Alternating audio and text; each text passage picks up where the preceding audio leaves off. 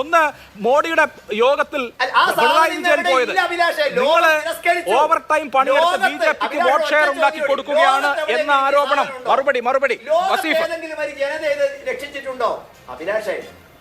മാഷെ ഞാനും പറഞ്ഞോട്ടെ, ഈ ചർച്ചയിൽ ഭൂരിഭാഗവും മാഷാണ് ഇങ്ങനെ സംസാരിച്ചുകൊണ്ടേയിരിക്കുന്നത്. ഇവിടെ മാഷോട് പിന്നെ അധികം നമ്മൾ പറയാൻ മെനക്കെടുന്നില്ല. കാരണം BJP എന്താണെന്ന് കേരളത്തിലെ ജനങ്ങൾക്ക് നല്ല ബോധ്യമുണ്ട്.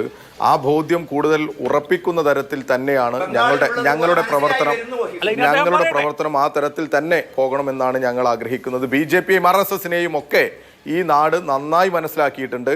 അത് മനസ്സിലാക്കുന്നതിലും അത് മനസ്സിലാക്കിയിട്ടും ആ ധാരണയിൽ നിന്ന് അല്ലെങ്കിൽ ആ ബോധ്യത്തിൽ നിന്ന് ചില വിഭാഗം മാറുന്നോ എന്നുള്ള ആശങ്കയാണ് സജി ചെറിയാൻ മിനിസ്റ്ററുടെ ഒരു സംസാരത്തിൽ നിന്ന് വന്നത്. അതാണ് ഇവിടെ ഷൈജുമൊക്കെ സൂചിപ്പിച്ചത്. ഇവിടെ രാജു പി നായരെ പോലുള്ളവർ കുറുക്കന്റെ കൗശലത്തോടു കൂടി RSSന് കൂടെ പിടിക്കുന്നു എന്നുള്ളതിൽ ഒരു തർക്കമില്ല. ഇവിടെ കെ സുധാകരനാണ് കോൺഗ്രസിനെ നയിക്കുന്നത്. ഈ കെ സുധാകരൻ പറയുന്നത് I will go with BJP എന്ന BJPയെ ഒന്ന് നന്നാക്കി പൊതിഞ്ഞു കെട്ടി കേരളത്തിൽ അവതരിപ്പിക്കാൻ തന്നെയാണ് കോൺഗ്രസ് ശ്രമിച്ചുകൊണ്ടിരിക്കുന്നത്.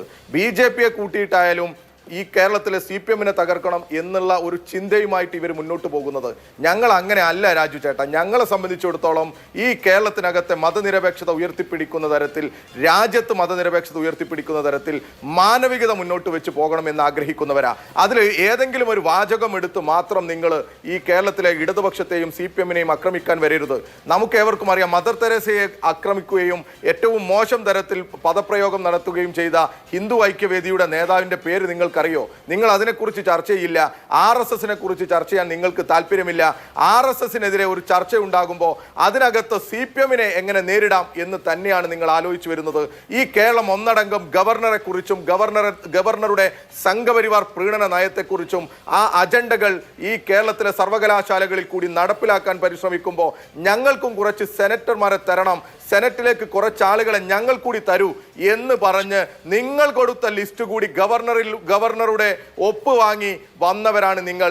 നിങ്ങളെ സംബന്ധിച്ചിടത്തോളം ഈ കേരളത്തിനകത്ത് RSS വന്നാലും വലിയ പ്രശ്നമില്ല എന്ന തരത്തിലാണ് നിങ്ങൾ പോകുന്നത്. ഞങ്ങൾ അങ്ങനെയല്ല. ഞങ്ങൾ എല്ലാ ഘട്ടത്തിലും, അത് ഏത് വിഷയമായിക്കോട്ടെ, അത് രാമക്ഷേത്രത്തിന്റെ ഉദ്ഘാടനമായാലും ഞങ്ങൾക്ക് തെളിമയാർന്ന നിലപാടുണ്ട്, വർഗീയതയ്ക്കെതിരെയുള്ള നിലപാടുണ്ട്. നിങ്ങൾ RSS മുന്നോട്ട് വെക്കുന്ന രാഷ്ട്രീയം,